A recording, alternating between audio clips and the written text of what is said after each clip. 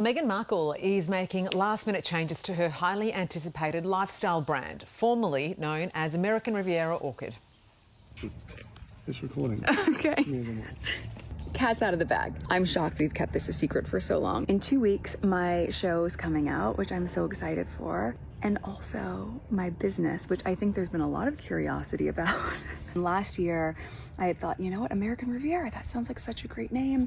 It's my neighborhood, it's a nickname for Santa Barbara, but it limited me to things that were just manufactured and grown in this area. Then Netflix came on, not just as my partner in the show, but as my partner in my business. It's called As Ever. As Ever essentially means as it's always been. And if you followed me since 2014 with the TIG, you know I've always loved cooking and crafting and gardening. This is what I do, and I haven't been able to share it with you in the same way for the past few years, but now I can. So as things are starting to trickle out there, I wanted you to hear it from me first. Of course, there will be fruit preserves. I think we're all clear at this point that jam is my jam. Okay, to discuss, let's bring in Associate Editor of The Telegraph, Camilla Domini. Camilla, she's done it again. She's got us talking about her yet again. What is behind this rebrand? Who knows, Sarah? I don't know. I mean, I'm struggling to fathom it, really, in many respects. Like, I get this whole kind of organic look. I'm in a white shirt, I'm in the garden, Harry's behind the camera. What she hasn't told us is that the reason she can't use that brand name, American Riviera Orchid, is because it's been tied up in legal battles for the last few years. You know, there was copyright issues. So she's now saying, oh, all along I wanted to call the firm As Ever, as if, did you? No, you didn't. You branded this stuff as something completely different.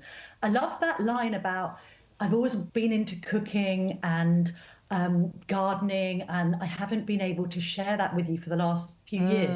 Why not? You left the royal family in 2020. And by the way, I don't know if you knew, but your father-in-law is actually really keen on gardening, and he produces his own stuff from hybrid.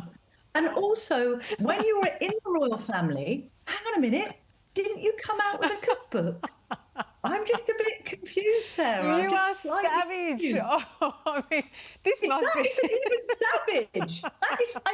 I'm kind of like, I'm wearing it all in my mind, and I'm thinking that something doesn't quite add up here. But as you say, we're all talking about her and her secret, and we will no doubt be buying her jam, right, Sarah?